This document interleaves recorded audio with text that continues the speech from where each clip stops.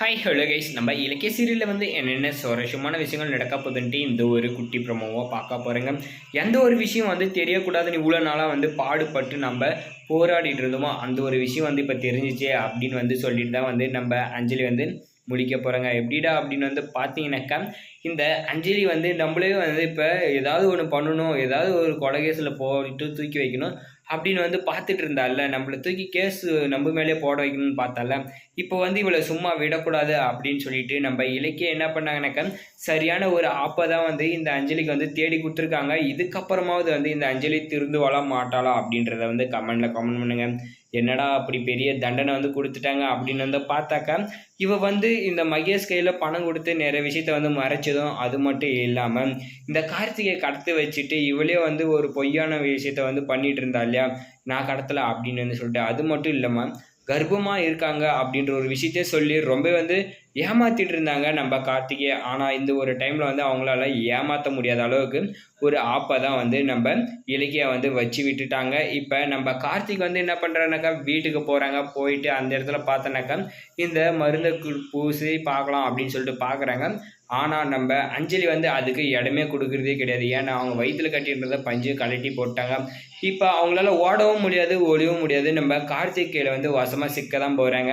அது மட்டும் இல்லாமல் இந்த ஒரு நேரத்தில் மொத்த ஃபேமிலியாக வந்து ஒன்றா சேர்ந்து நம்ம அஞ்சலியோட கதையை தான் முடிக்க போகிறாங்க. எல்லாம் ஒன்று சேர்ந்துட்டாங்க. இப்போ இந்த மருந்தை நீ தடவுமா, இதை பார்க்கணுன்னு எங்களுக்கு ரொம்ப ஆசையாக இருக்குது. ஏன்னா இந்த இலக்கியாவுக்கு தான் குழந்தை பிறக்கிற பாக்கியம் இல்லை, குழந்தை பிறக்கிற பாக்கியம் உனக்கு இருக்குல்ல, எங்களோட வாரிசை நீதானே வந்து சுமக்கிறா அப்படின்னு சொல்லி வந்து எல்லாரும் ஆசை இதுனாங்க.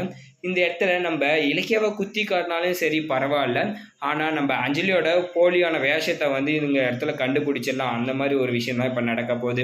சரி, நம்ம அஞ்சலி வந்து என்ன பண்ணுறாங்க, அந்த பஞ்சியை கழட்டி போயிட்டாங்க. இப்போ வயிற்றுல வந்து குழந்தை இருக்கிற மாதிரியும் வந்து தெரில. ஒரு வழியாக வந்து நம்ம ஜானுக்கும் கொஞ்சம் சந்தேகம் வந்தது. சரிப்பா கார்த்திக், அதை கூட நானே தேய்ச்சி விடுறேன் அப்படின்னு வந்து சொல்லிட்டு பண்ணுறாங்க. அப்போ தான் தெரியுது அவங்க வயிற்றுல குழந்தை இல்லை அப்படின்ற ஒரு விஷயம்.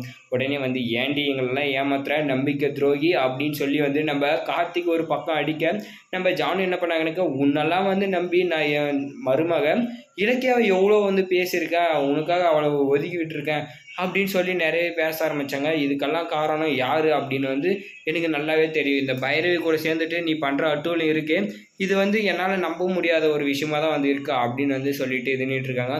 என் பேரனை வந்து, அதாவது பேரனோ பேத்தியோ நீ சுமந்துட்டு இருக்குன்னு நினச்சா, ஆனால் நீ இந்த ஒரு விஷயத்தில் ஏமாத்தணும் கொஞ்சம் கூட நினச்சி பார்க்கல அஞ்சலி. நீ ஒரு ராட்சசின்னு தெரியும், ஆனால் இப்படி பண்ணுன்னு தெரியாது அப்படின்னு சொல்லி நம்ம ஜானுவும் சரி நம்ம கார்த்திக்கும் சரி அடி வச்சு வெளுத்து வாங்கிடுறாங்க.